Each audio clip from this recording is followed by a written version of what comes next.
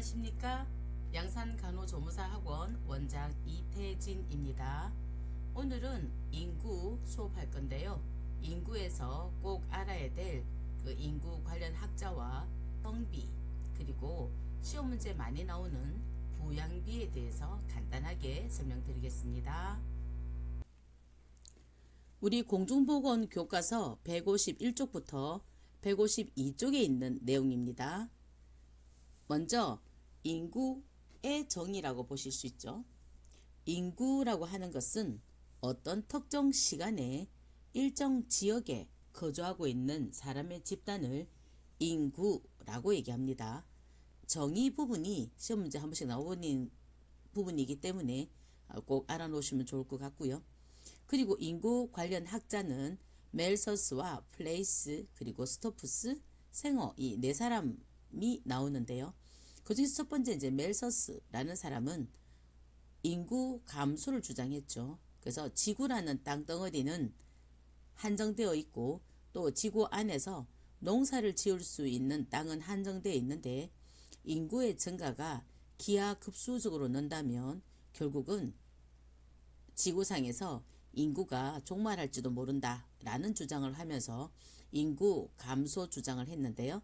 그래서 그 방법으로는 만혼을 방법으로 제시했습니다. 그래서 결혼을 늦게 하는 거죠.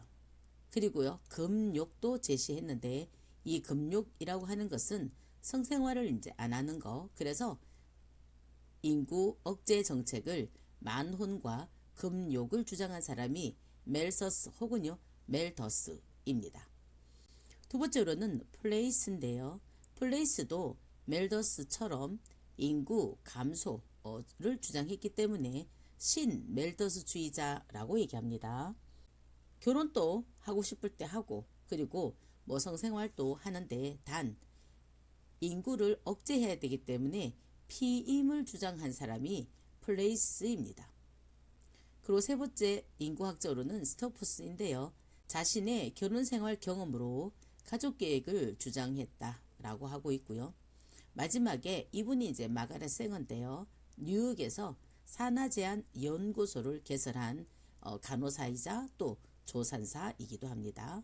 그래서 인구 관련 학자는 멜더스와 그리고 플레이스, 스토프스, 생어 기억하고 계시면 되겠습니다. 다음에는 시험 문제에 많이 나오는 성비입니다. 성비는 이 기준이 중요한데요. 성비라는 것은 여자 100명에 대한 남자 인구 비입니다. 그래서 여자 수가 분모이고요. 남자 수가 분자입니다. 그래서 기준이 여자 수 100명이라는 부분에 대해서 꼭 알고 계시면 됩니다. 그래서 여기에는 1차 성비, 2차 성비, 3차 성비가 있는데요. 1차 성비는 태내 성비를 얘기하는데 결국 이걸 계속 풀면 뱃속에 있는 아기 중에서 여자 아기 100명에 대한 남자 인구비가 1차 성비가 될 것이고 2차 성비는 출생시 성비라고 얘기합니다. 그래서 출생시 성비라고 하는 것은 태어날 때 여자 100명에 대한 남자 인구비라고 얘기할 수 있죠. 그래서 이 2차 성비는 장래 인구를 추정하는 데에 좋은 자료가 됩니다. 그리고 3차 성비인데요. 3차 성비는 현재 성비를 얘기하는 거죠. 그래서 현재 여자 100명에 대한 남자 인구비라고 기억하시면 되고요. 이렇게 이제 1차, 2차, 3차가 뱃속에 있을 때, 다음에요. 태어날 때, 그리고 현재 이 순서로 1, 2, 3차가 내려간다고 보시면 되고 여자 100명이 기본입니다. 그래서 예를 들어서 성비가 105다 라고 얘기하면 이 105라는 숫자 안에는 여자 100명에 대한 남자 인구비가 105다 라고 얘기하기 때문에 즉 105라는 말은 여자가 100명이고 남자가 105라는 말이죠. 그래서 여자보다 남자가 5명이 더 많다라는 것을 의미한다고 보시면 됩니다. 그리고 마지막으로 부양비인데요. 부양이라는 것은 뭡니까? 예, 바로 먹여 살리는 거라고 보시면 되죠. 그래서 부양비라고 하는 것은 돈을 벌 수 있는 사람이 돈을 벌 수 없는 사람을 먹여 살리는 비율이라고 보시면 됩니다. 그래서 우리 책에 보시면 15세 이상 64세 이하 인구 분에 15세 미만 인구와 그리고 65세 이상 인구를 더한 숫자에다가 곱하기 100 하면 총 부양비가 되는데요. 이 15세 이상 64세 이하 인구는 다른 말로는 경제활동인구라고 얘기합니다.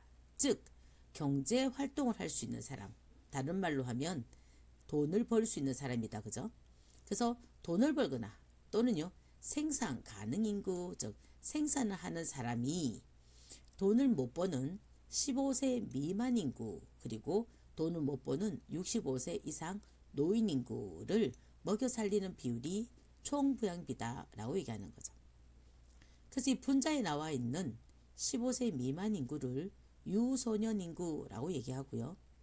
65세 이상 인구는 우리가 노인 인구라고 얘기합니다.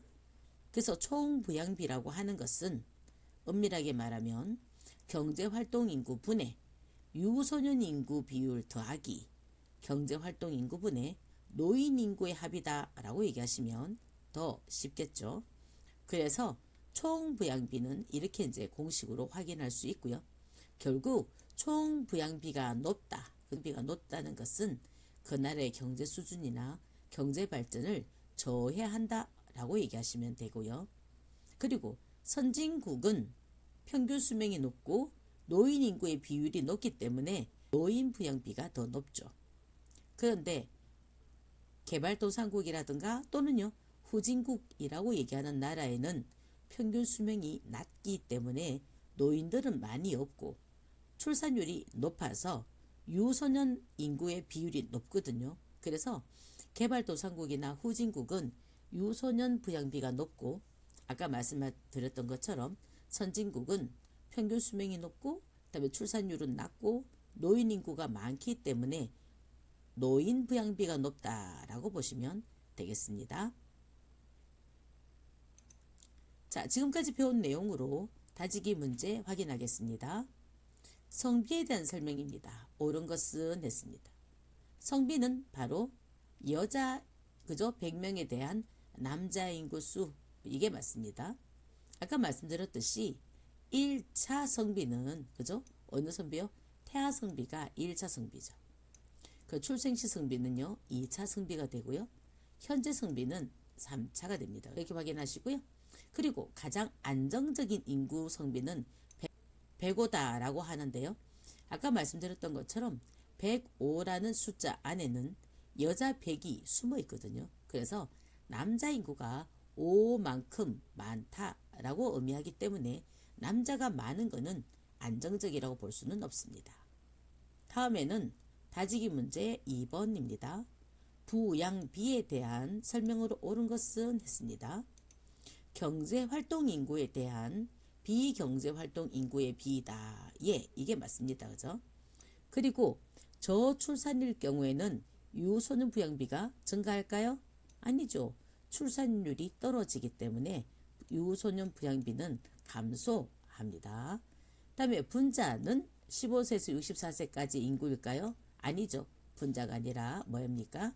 이 나이를 우리가 경제활동 인구라고 얘기하는데요. 이거는 분모가 됩니다. 그리고 총부양비가 올라가면 경제발전에 도움이 된다고 하셨습니까? 아니죠. 도움이 되지 않습니다. 노인 인구가 증가하면 노년 부양비는요. 감소하는 게 아니라 뭐 된다? 증가됩니다. 다음에 세 번째 다지기 문제인데요. 노인 인구 즉 노령화 지수가 증가한다. 이 말은 뭘 의미하는가 라고 되어 있는데요. 노령화 지수라고 얘기하는 것은 15세 미만, 그죠? 15세 미만 유소년 인구 분의 65세 이상 노인이 얼마나 차지하고 있는가를 보는 것이 노령화 지수라고 얘기합니다. 그래서 이 노령화 지수가 높다라는 것은 노인 인구가 늘어난다는 말과 똑같습니다. 노인 인구가 늘어난다는 말은 결국 뭐가 늘어나고 있다? 네, 노년 부양비가 증가한다라고 보시면 됩니다. 지금까지 인구 관련 학자와 그리고 성비 그리고 부양비에 대해서 설명드렸습니다. 여러분의 내일을 응원합니다. 감사합니다.